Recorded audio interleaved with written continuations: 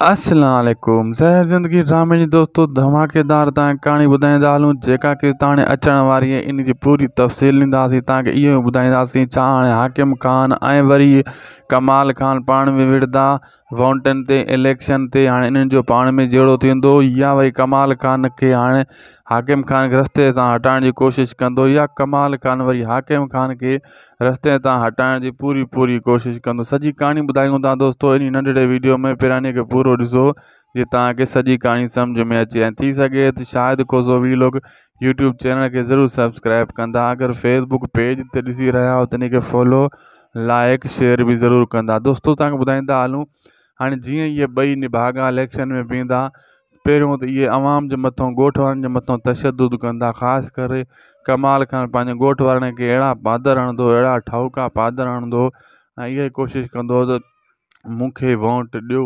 ऐं ज़मीन जी जेकी चुरपुर लॻी पिया ज़मीन जे लाइ हू छिता थिया वधनि था इन शइ जे लाइ बि जेको आहे हू हाणे विढ़ंदो कमाल ख़ान पंहिंजे ॻोठ वारनि सां। ऐं ॻोठ वारा ॾिसजो तव्हां अनक़रीब ओठे ऐं रबनि जो साथ ॾींदा। छाजे करे उन खे जॾहिं ओठे वारनि खे ख़बर पवंदी त इहो कमु उबतो करे वियो आहे रईस गफ़ार ख़ान ज़मीन पंहिंजे ॻोठ वारनि जे नाले लिखी वियो आहे त पोइ हू ॻोठ वारनि खे जेको आहे पाण ॾे छिकींदो ऐं उन्हनि खे लालच ॾींदो ओठो बि तव्हां मुंहिंजो साथ ॾियो त कमाल ख़ान खे रस्ते खां हटायूं पोइ इहा ज़मीन सभु विरहाए खाईंदासीं।